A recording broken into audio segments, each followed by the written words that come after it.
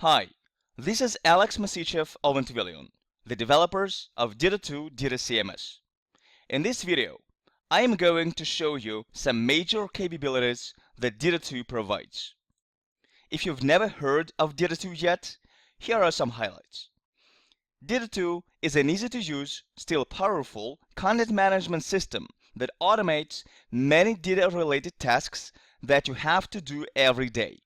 This includes search, link management, publishing, managing content variations, assembling maps, translation management, and much more. If you have legacy documentation in MS Word, you'll definitely like the built-in Word-to-Data conversion tool.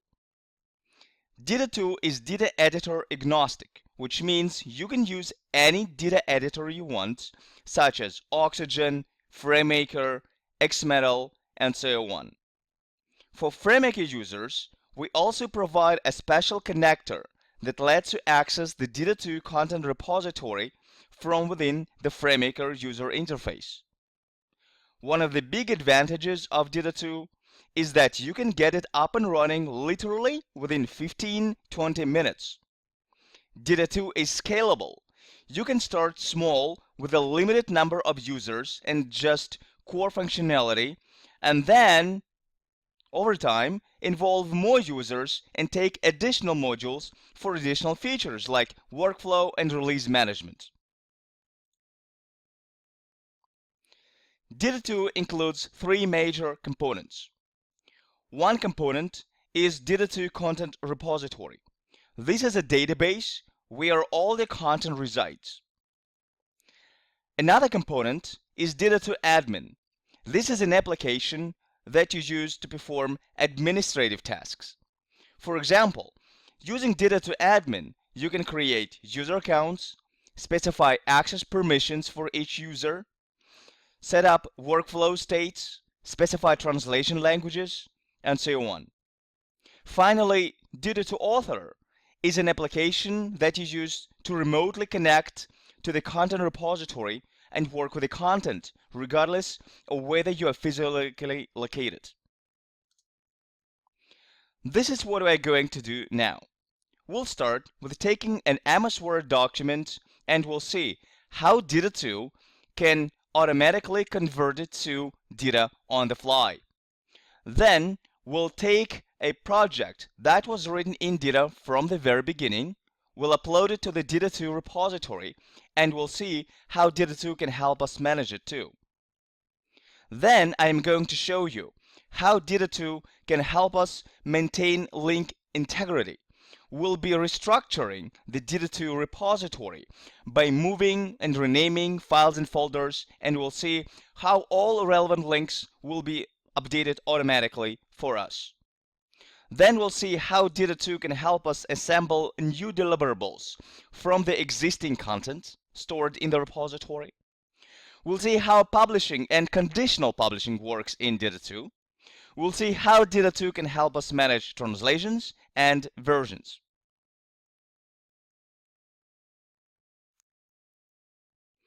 Like I said, we'll start with taking an MS Word document, and we'll now see how DITAToo can convert it to data.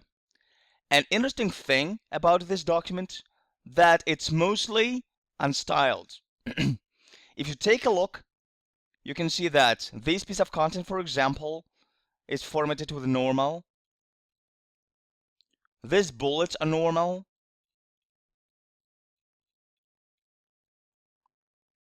The text in the table is just normal with manual formatting. This numbered list is normal. This italic was done manually. The bold was done manually without any special style applied. As you probably know, if you would use such a document with a traditional conversion tool, you would probably be in big troubles, because any traditional conversion is based on styles, which means you have to map your word styles in data elements. As long as you're consistently using styles, you're probably okay. But if you're not consistently using them, or if you have documents full of manual and ad hoc formatting, this is going to be a problem. Fortunately, DITAToo is not going to rely on styles. Instead, it relies on the visual representation of the content. So now DITAToo will do several things. First of all, it will split the entire Word document into individual topics based on headings. Then it will automatically recognize the information type of the original content and will convert it to either concepts or tasks. For example, this piece of content is a good candidate to be to be task because it represents a procedure, and this piece of content is a good candidate to be concept because it represents a conceptual descriptive information. Then DITAToo will extract all embedded images like this screenshot, store them as separate PNG files, and then add links to the images to the converted topics. Then DITAToo will assemble all the converted topics to a data map. The data map will resemble the structure of the original Word document. And finally, DITAToo will upload the converted content to the repository. Let's see how it can do that. This is the DITAToo user interface. On the left, on the repository tab, we can see the contents of the repository, which is currently empty. To keep things in order, I am going to create a new folder.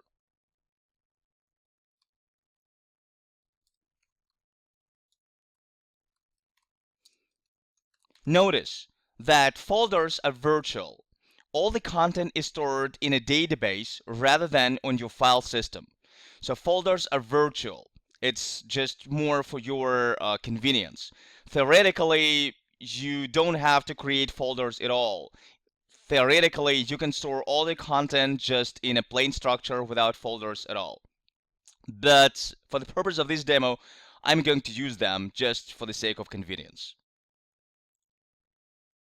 So now I'm going to the File menu and select the menu that allows me to import a Word document.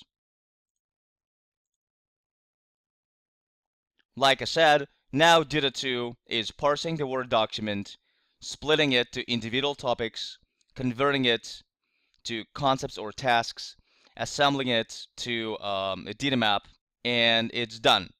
As you can see, DITAToo created 3 folders, one for concepts, one for tasks, and one for graphics.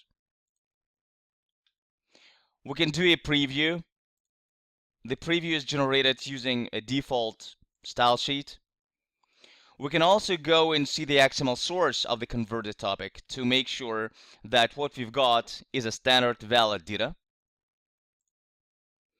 We can also take a look at one of the converted tasks. And as you can see, it's still a standard valid data. Nothing proprietary was added. And if we go to the Projects tab, we'll see that DITAToo created a data map that resembles the structure of the original Word document. Once this data map is stored in DITAToo, you can edit it right here without even involving a data editor. Actually, without even knowing anything about data. You can remove topics from the map, you can add new topics, you can rearrange them into a different hierarchy, and so on and so forth. I'll show you how to do that later on. Now let's say we have another project that was written in Dita from the very beginning. Let's see how we can upload it to the content repository. But before I upload it, let me show you how it looks. As you can see, this is a data map that I'm going to use. This is one of the topics included into the map. You may notice that this topic is, and some other topics as well, include some conditional content. And later on, I'll show you how DITAToo can help us manage content variations. and perform conditional publishing. You may also notice that this map includes a relationship table. DITAToo does support relationship tables, and you will see it in a minute. So now I'm going to close it here in Oxygen. And now I'm going back to DITAToo. I'm going to create a new folder just to keep things in order. I'll call it User Guide. And now I'm going to the Upload menu and upload it. I'm navigating to the data map. DITAToo will now automatically identify all the dependencies that the data map has. It will identify all the topics to which the map refers and all the other files such as graphics to which the topics in the map refers. So as you can see, these are my topics. These are the images. DITAToo preserved the folder structure that I used to have on my local computer. So now I'm having the same folder structure in the central repository. And if I go to the Projects tab, I'll see that my map was uploaded as well. And I can keep working on the relationship table that the map includes right here in DITAToo.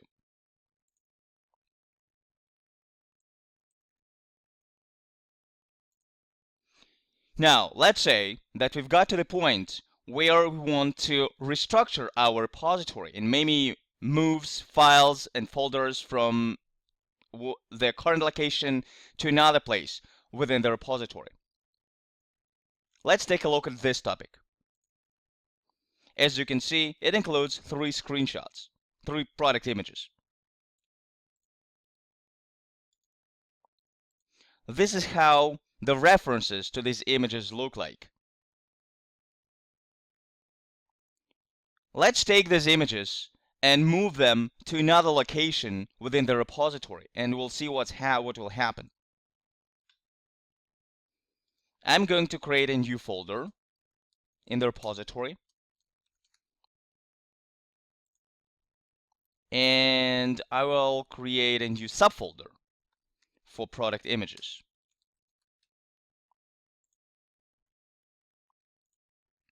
And now I'm going to take these images and move them to the newly created subfolder.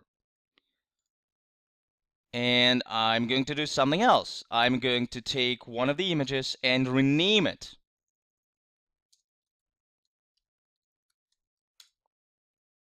In a normal situation, all my links would be broken by now. And I would have to spend a lot of time trying to recall where I had the links to these images and then fix them. Fortunately for us, DITAToo has done it all automatically. Let's take a look at the XML source of the topic that I've just shown you. As you can see now, the references reflect the new location of the images, and the last reference reflects the new file name of the image. Now, if I want to delete one of these images, DITAToo will now tell me, hey, the image that you're going to delete is actually referenced by this topic. So think twice. At this point, thanks to DITAToo, I can realize the consequence of my action, and at this point, I'm going to say no. So, because DITAToo takes care of all links that you have in your content, you don't have to worry about them at all. You can move files and folders within the repository, or you can rename them without having to worry about anything. DITAToo will take care of them and will update all relevant links automatically. Now let's consider another scenario. Let's say that we now want to create a new deliverable from the existing contents, or maybe it's a fellow coworker who wants to access this central repository from his computer and create a new deliverable from the existing content. Again, to keep things in order, let's create a new folder for the new project. Let's say that we want to create a product datasheet.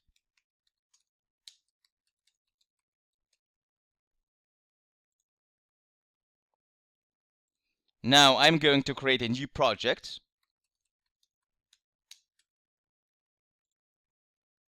If I go to the Projects tab, I'll see that the project was created, but it's currently empty. There are several ways how we can populate it with topics. One way is to run a full text search, which is a standard full text search, nothing very special. These are search results. Or I can use metadata embedded into topics and build my search query. For example, I may want to find all topics whose category metadata is set to Overview. DITAToo now shows me all the topics that satisfy the search criteria. I can preview them to make sure this is what I'm looking for, and then I can select one of them, some of them, or all of them, and add them to the project.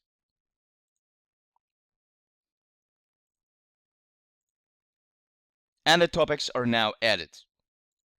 Or I can right-click on the project itself and select Add Topics to Project.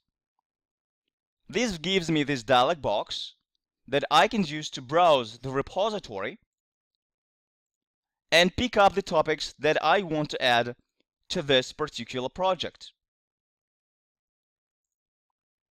Or I can go to the Repository tab and pick up the topics that I need from there.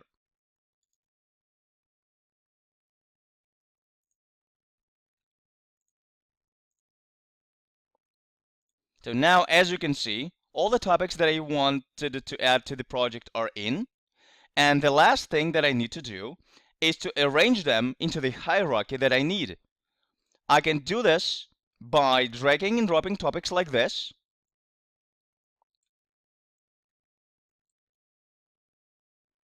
Or I can use these arrow buttons to move them.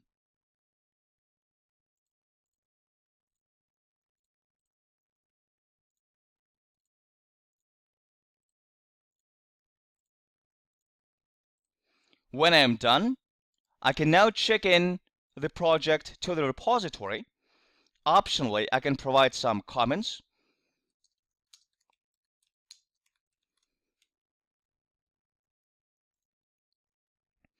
And the project is now in and is available to everyone who has sufficient privileges to access the central repository. Now I can publish it. DITAToo provides integration with DITAOpen Toolkit. So basically, you can publish to any output format supported by DITAOpen Toolkit. If you have any custom XSLs, you can specify them here. And because now my project includes some conditional content, DITAToo shows me all the conditional attributes and all values that they have, so I can now select what I want to be included.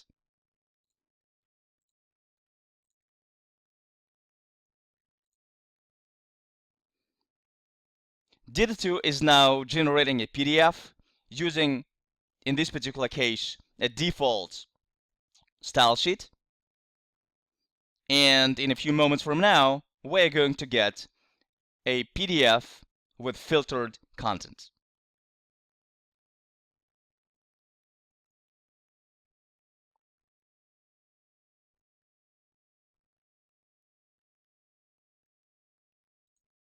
So this is the PDF. As you can see, only one image is included. So it seems to be okay.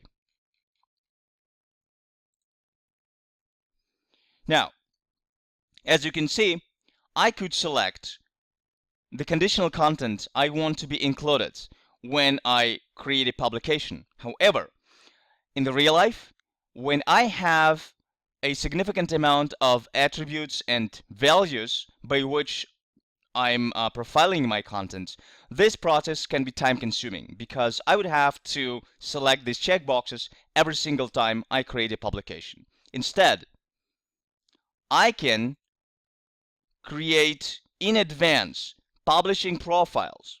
A publishing profile represents a combination of content that I want to include and exclude from the output. So I may have several variations in this demo content. For example, I may want to create an output for the basic model intended for developers, or I may want to create an output for the basic model for non-developers, or I may want to create an output for the pro model for developers, and so on and so forth. So now each profile represents the content that I want to include and exclude. Now when I publish it, I can still manually select the checkboxes, or instead I can select one of the publishing profiles that I created in advance. And to make our life a little bit easier, DITAToo shows in this area the settings for the selected profile, so we can always know what we should expect in the output.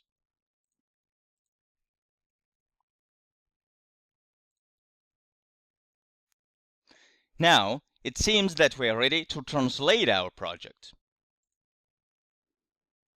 So now, I'm going to select the project and use the Workflow Manager to change its workflow state to indicate that now I want to send this project for translation. In my particular setup, I want to create a baseline before the project is sent for translation. And this is what it is. Let's say that today we are going to send our project for translation. And we know that the translation will take approximately 2 weeks. But we cannot actually wait for the translation. We cannot wait for these 2 weeks because we need to keep working on the project. The potential problem that might arise here is that if we keep working on the project that is being translated, in a couple of weeks from now, when we get the translation will not reflect the status of the project. The translation will reflect the status of the project as it was 2 weeks ago when we've sent it for translation. So my translation and my source will be unsynchronized. To avoid the situation, what I can do, I can create a baseline. A baseline is a snapshot of the project at a certain moment of time. So now I can create a baseline, keep working on the project, and when I get my translation back in a couple of weeks from now, I can specify that I want to upload the translation not to the project as it is now, because it has been updated already, but I want to upload the translation to the baseline that I created 2 weeks ago. So what I'm going to do now, I'm going to create this snapshot, the baseline that represents a snapshot of the project as it is now.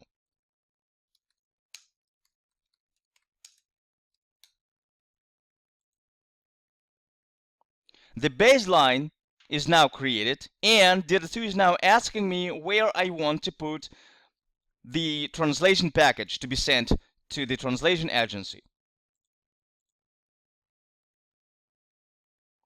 So now before we go and see what we've got, let's see what's happened, what's changed in the repository. As you can see, all the topics included into the project are now displayed with this tiny icon.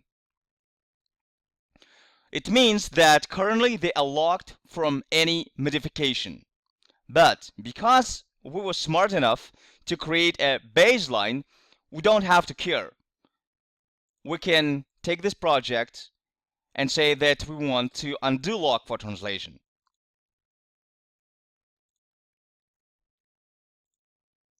And now we can keep working on this content while it's being translated without having to worry about anything.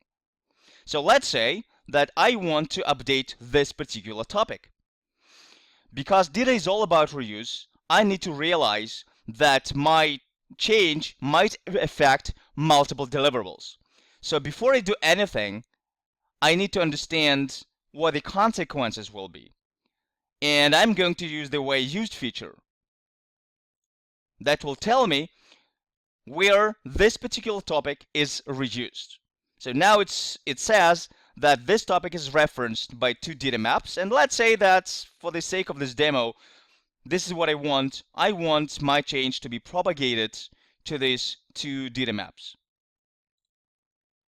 So now I'm just double click on the topic, and because I specified oxygen as my default editor, although I could specify any other editor, but because for the sake of this demo I specified oxygen as my data editor, the topic is opened in oxygen. So now let's say that I want to update it.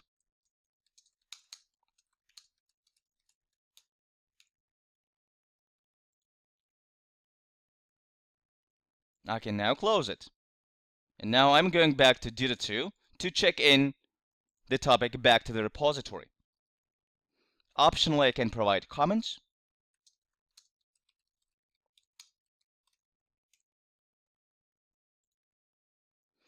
As you can see, the version number was incremented. And I can go to the version history to see the version history of this particular topic. I can compare two versions, and DITAToo shows me a side-by-side comparison where the changes are highlighted.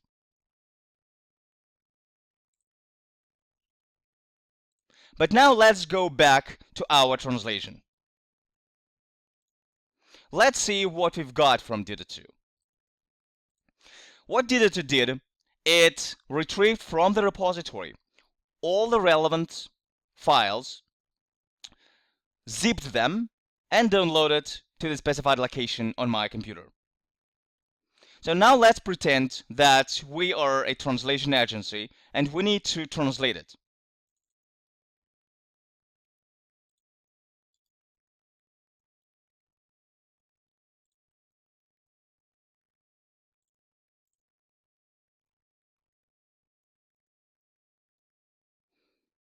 We'll do a fake translation just to save your time.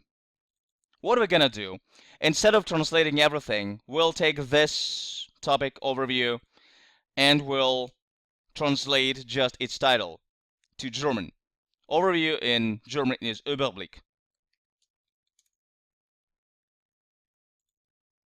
Just to get an indication that it is translated.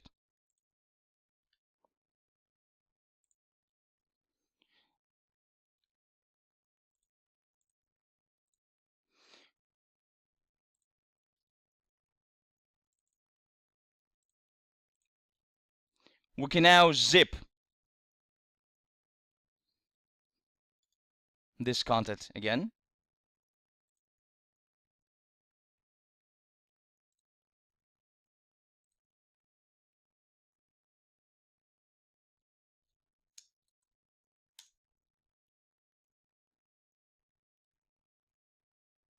And we go back to DITAToo.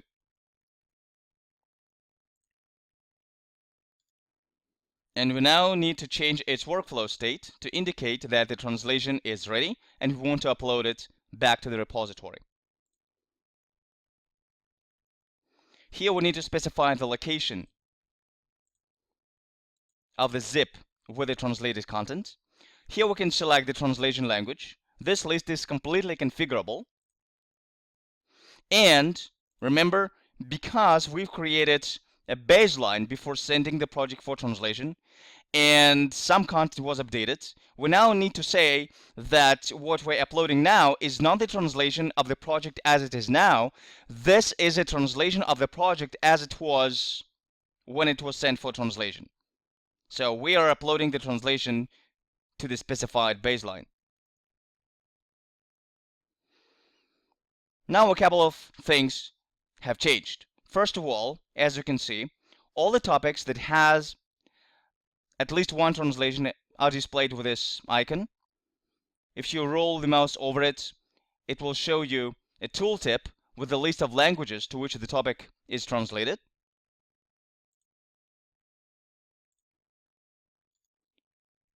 We can also go to the properties of the topic to see the translation status. So from here, we can see that in German, it has translation to German, but it needs to be updated because while the topic was in translation, we've updated it. And there are no translations to Dutch, Italian, and Korean at all. We can also do a preview of the German translation, and because it says Überblick, we can now know that what we're looking at is the translation rather than the source. We can also go to the properties of the entire project and see the translation status of the entire project to get a bigger picture.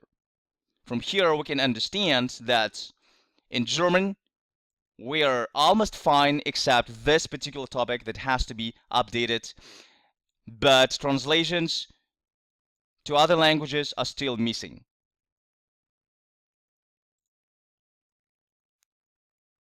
We can now search by translation status, and we can do it either in the entire repository or we can run a search within a particular project. For example, we can select this project and ask DITAToo to show us all files that have been translated to German, but the translations have to be updated because the content in the source language was updated. And this shows us this topic, the one that we have updated while it was in the translation process. From here, we can send it for translation, or we can download a translation and find deltas and so on.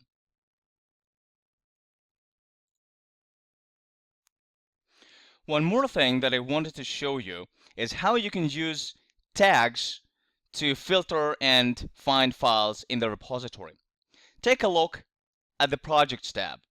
Right now, we have just 3 projects here. In real life, you will probably have here tens or even hundreds of projects, so it would be quite difficult to find what you need quickly.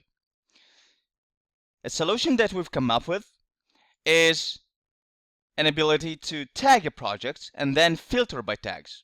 For example, what you can do now, you can assign one or more tags to a project. So for example, let's say that we want to tag this particular project with the datasheets tag and with the marketing tag.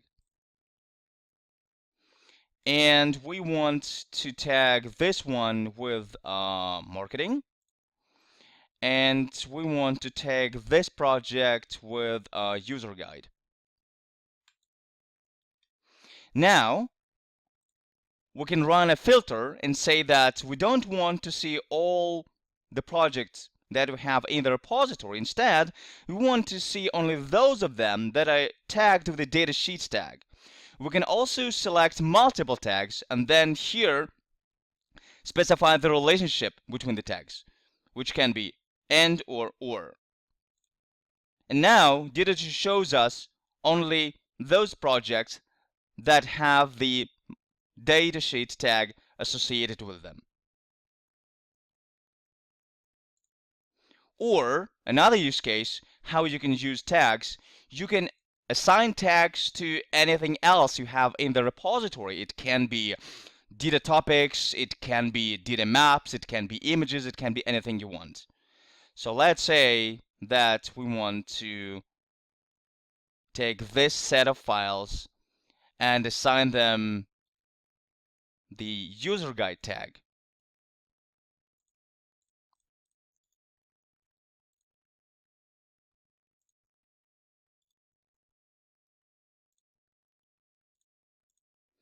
Now we can run a search by tags and ask DITAToo to show us everything tagged with the user guide tag. And now from here we can create a new project. For example, we can select all the topics in the search results pane and add them to a new project or to an existing project. We can select only some of them and add them to a project. We can run a preview. We can send them for translation and so on and so forth. This was a brief overview of some major DITAToo capabilities. For more information and more videos, please visit our website intvillion.com. You can also find us in LinkedIn and Twitter. And please don't hesitate to email us with any questions you have. We'll be happy to help. Thank you.